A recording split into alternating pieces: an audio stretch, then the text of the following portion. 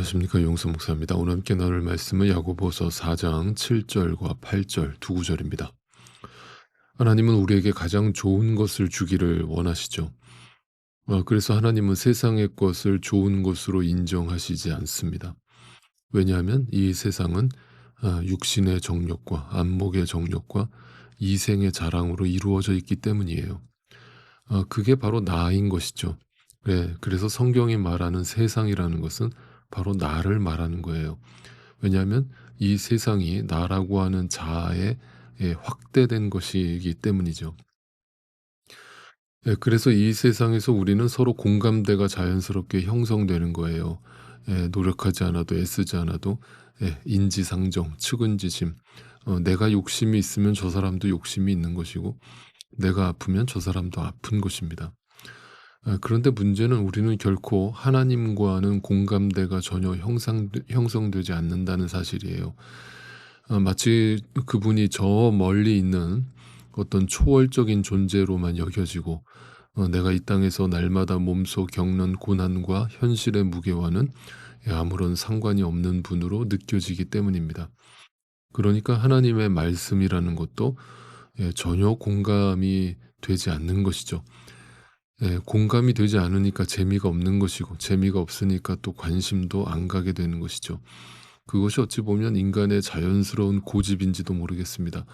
여러분, 고집이라고 하는 것은 무지함을 반복하는 것이거든요. 그 무지함을 우기는 거예요. 그러니까 고집 속에 있는 인간은요, 자기만 모릅니다. 지금 자신이 무지 속에서 고집을 피우고 있다는 사실을 말이죠. 아무튼 그렇습니다. 서론이 좀 길었습니다. 오늘 본문 7절부터 보시죠. 그러므로 하나님께 복종하고 악마를 물리치십시오. 그리하면 악마는 달아날 것입니다. 자, 우선 이 말씀을 바르게 이해하기 위해서 예수님이 광야에서 사탄에게 시험 받으시던 장면을 한번 떠올려 보세요. 사탄이 예수님을 높은 산으로 데려가죠. 그리고 온 세상을 보여줍니다. 그리고 자신에게 절하면 이 세상의 영광을 주겠다라고 약속을 하죠. 그러자 예수님은 사탄아 물러가라 하시면서 오직 주 하나님께만 경배하고 다만 그를 섬길지니라 하시면서 그 사탄을 말씀으로 물리치십니다. 다시 말해서 예수님은 이 세상 권력에 나는 전혀 관심 없다라고 답을 하신 것이죠. 왜냐하면 이 세상 권력으로 쟁취하는 나라는 하나님 나라와 전혀 무관하기 때문입니다. 여러분, 하나님은 우리 모두가 하나님을 경배하기를 원하십니다. 이것이 하나님의 뜻이죠. 하나님을 경배하는 것은 세상의 권력을 숭배하는 것과 아주 극명하게 대조를 이룹니다. 어떻게 대조를 이루는가?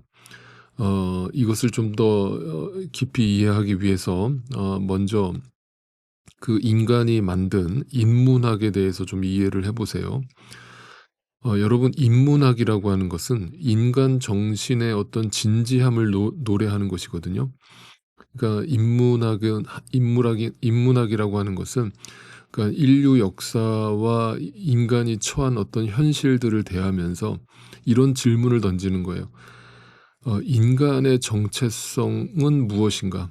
그리고 인간의 운명은 무엇으로 결정되는가라는 질문에 도달하는 거예요. 그게 인문학이에요. 그러니까 인문학은 인간 정신의 진지함을 통해서 이러한 질문에 도달했다라고 하는 것에 어떤 의미가 있고 가치가 있는 것이죠.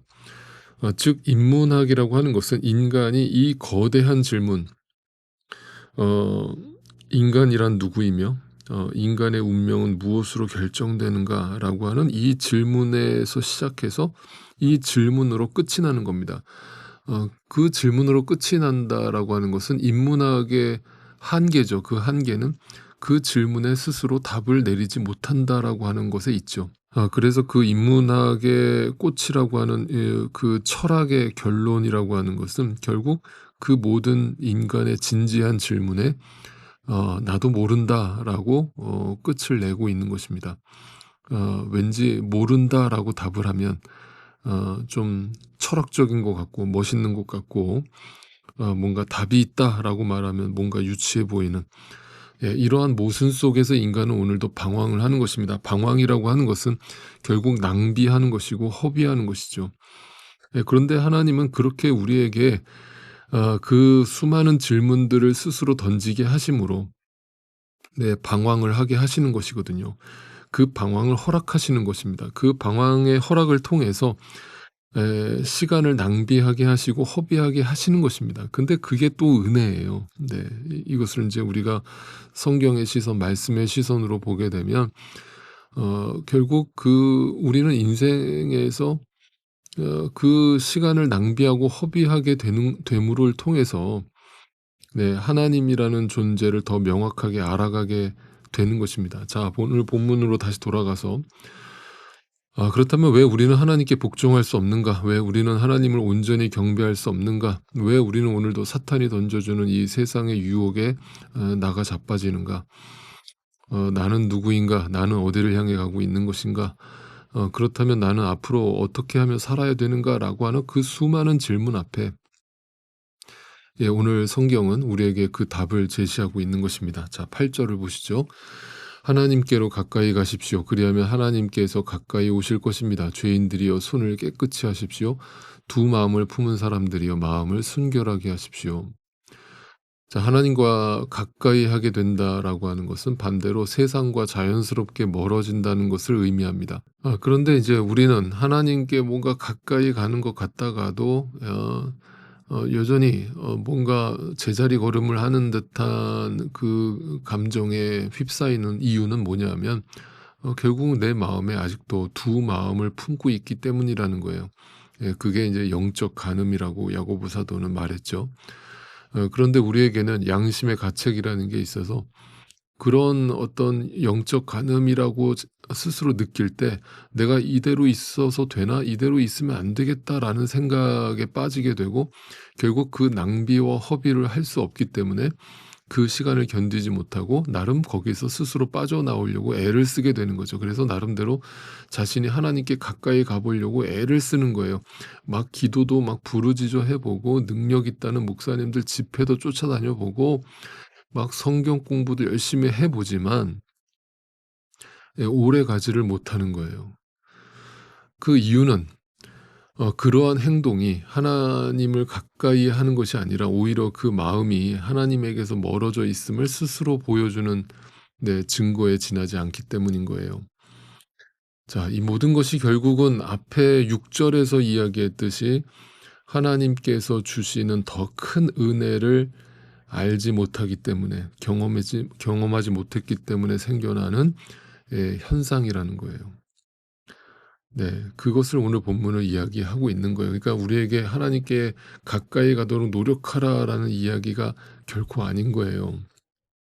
결국 그 은혜로 되어지는 것을 견뎌라예요. 네.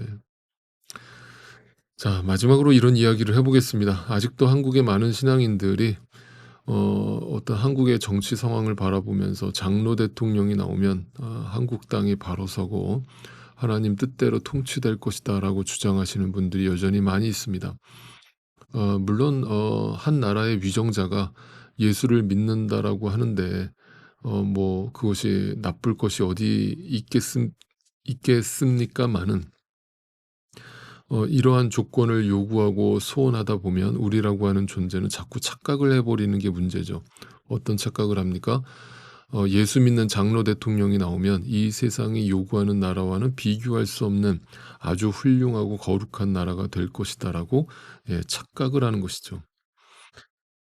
여러분 그런데 정확한 사실은 이거죠. 진정한 정의와 평화의 나라는 하나님만 만드실 수 있고 예, 하나님 나라와 이 세상 나라는 전혀 다른 것이다라고 하는 사실에 있습니다.